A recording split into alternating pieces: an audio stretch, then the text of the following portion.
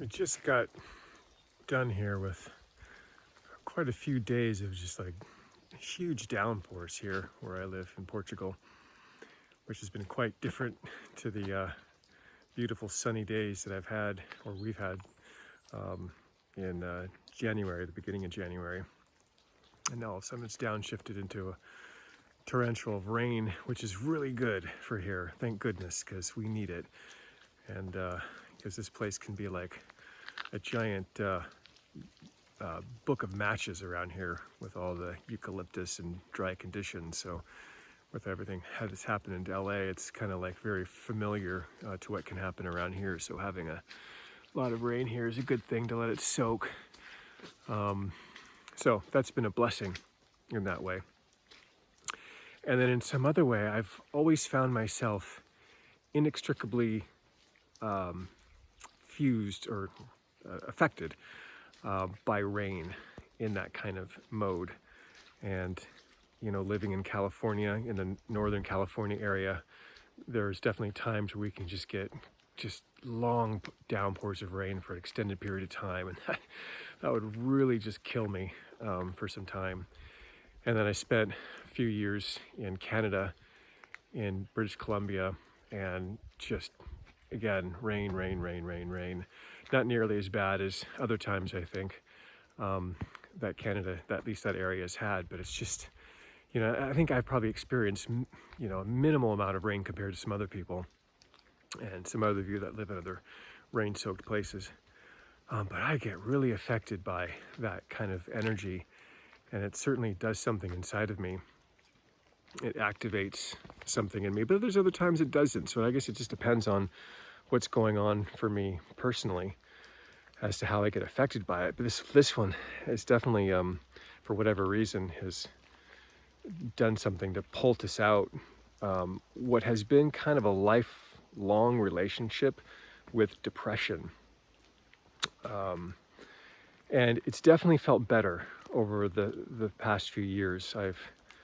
It hasn't really caught hold of me as much as it used to. Especially, you know, before I started healing work, when I could start to differentiate a bit from the depression, make it a separate aspect of myself as opposed to me being fused to it. Yet, it's always been a constant struggle. It's kind of always been there. And I think there's always something in me when I started sort of this kind of like self-inquiry, self-improvement journey, after I kind of really started to awaken after my drug use in college, you know, that's when it really lifted up. That's when I became very aware of it.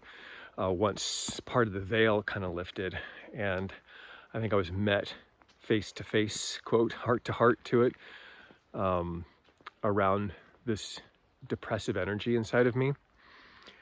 And, you know, there's so many different perspectives as to what it is. You know, it's obviously, it could be like creativity that's just kind of locked up and it's not flowing.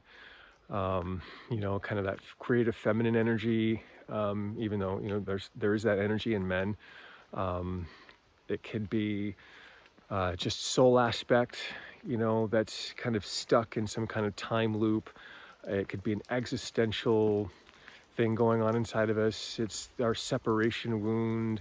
You know, it just feels like multi-dimensional in nature around depression. And so there's so many different ways I think people kind of navigate depression. And it's so easy to say, oh, you just need to do this. You need to just go out and get out in nature. True. That's a big help. That certainly helped me the last few days when the rain has subsided. I get out and go for a walk. That's been a big help for sure. So yeah, nature connection is definitely one of my number one go-tos. Exercise when I'm feeling in the mood to do it. Sometimes it's just too thick and then exercise is just not in there. Sometimes I find myself just sleeping, you know, and really for me, I think it's kind of a personal relationship to any depressive energy that lives inside of us. And really learning not to deny it, nor to fuse to it. It's kind of this weird in-between phase where I felt aware of it. I could feel myself slipping, quote, into it, but just a sense of allowness and awareness and just being kind and compassionate with yourself around it. I didn't have anything in me that wanted to try to do something. Just watch a movie or, go do some exercise, all those things. I can feel sort of like like it just, yeah, it just felt like I was covering over something. And I think there's still something in me that wants to get to, quote, to the root of it. What is this thing? So it doesn't happen again. And I don't even know if that's necessarily the right thing either. I mean, there's no right or wrong. There's just is what is and how we relate to it, as long as we just give ourselves an acceptance to this is where I'm at in the moment. I'm in a funk. I don't know how long this thing's gonna last, but it feels like the less I pressurize myself, push myself, judge myself, any of that stuff, the less it lasts. Because, like the saying is, this too shall pass. And it does. Eventually, it just kind of lightens up, it lumens up, and it's kind of like the inner sun starts to shine, even though, it still kind of clouds over, something moves it, and you don't really know why. Sometimes you just don't know why. Is it important to know why? I'm sure that if it's constantly ongoing, I think there's something to look at. If it's happening once in a while, like it has been for me, I think I could just feel it as sort of a phasical thing, something I'm just not quite, I don't have to understand sometimes. As long as I understand how to be with it, feels more important to me. How do I relate to it in the moment is really important to me. So I just wanted to share that as I feel a bit more coming out of the kind of a denser energy that it feels like. It's kind of like, I saw this movie last night where a woman was given a diagnosis of a black hole that's in her chest, like a literal black hole. And that's kind of what it felt like this morning. Like it was almost, maybe the movie did something, I don't know, but I was feeling that way before. But that's a good analogy of this kind of black hole energy that's just in the chest. And it's just, like, no matter what you do to try to fill it, whether it's food or sex or any kind of consumption, media, whatever it is, it feels like an infinite black hole of something that just feels like a part of our being. There's infinite light and then there's infinite dark. And sometimes that black hole just arises itself, and it's in our consciousness, it's in our awareness. I'm, trying to make heads or tails of what it's about, where it comes from. It just feels like it slips in, I don't know, to another mental place rather than just being in the state without slipping into it. It's a very kind of tenuous thing to not deny it and not to like slip into it. You're kind of like in this middle ground around it. And I think that just takes some time to navigate on how can you find that space in between. And so that it's just sort of loving awareness of this energy. And then it eventually over time, I think it just, whether you get some sleep or you get outside and, or whatever, next thing you know, you just happen to feel like a little bit lighter, and now you're back in the game. And I think there's clearly something to learn from all of this. I think there's messages in there. And I believe those messages will come in due time. I don't know if it's necessary to dig into it in that moment, but just to trust that there was something moving inside, and it could just be way beyond our conscious awareness. And that's an okay thing. It's like you could just trust that your higher self, our divine self, God, the universe, whatever is taking care of something that our limited consciousness just can't get a hold of.